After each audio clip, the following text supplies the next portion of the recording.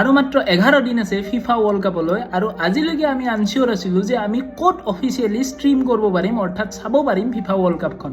কিন্তু এইখিনি সময়তে ভগৱানৰ অৱতাৰ ধাৰণ কৰি আহিল সুভাষ চন্দ্ৰ, যি এণ্টাৰটেইনমেণ্ট এণ্টাৰপ্ৰাইজৰ মালিক, যোনে বিট কৰিলে ফিফা ৱৰ্ল্ড কাপৰ কাৰণে আৰু লৈ আহিলে ব্ৰডকাষ্টিং ৰাইট ফিফা ৱৰ্ল্ড কাপৰ কাৰণে। এতিয়া আপুনি মই ফিফা ৱৰ্ল্ড কাপ চাব পাৰিম।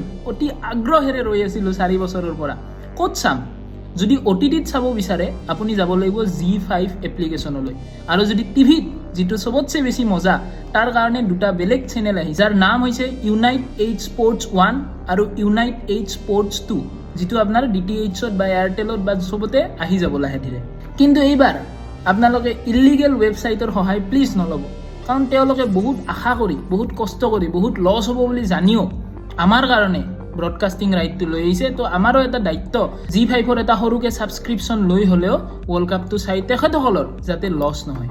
ৱৰ্ল্ড কাপ আহিলে আমাৰ এটা সুকীয়া মাদকতা আহি যায়। মোৰ এতিয়াও মনত আছে 2002 বা 2006 চনত দেউতাই তেতিয়া এই বাতৰি পেপাৰৰ পাছফালে তালিকাবিলাক আহে, কোনদিনা কোন খেলা আছে, সেইবিলাক ধুনীয়াকৈ কাটি ফেলে ৱালত পেষ্ট কৰি মই চাই থাকোঁ, কি খেলা এইখন ইমান ডাঙৰ। সেই তেতিয়াৰ পৰা এতিয়া আহি বুঢ়া হ'লোঁ, এতিয়ালৈকে এই মাদকতাটো নাযায় আৰু নাযায় মৰাত টাইমলৈকে।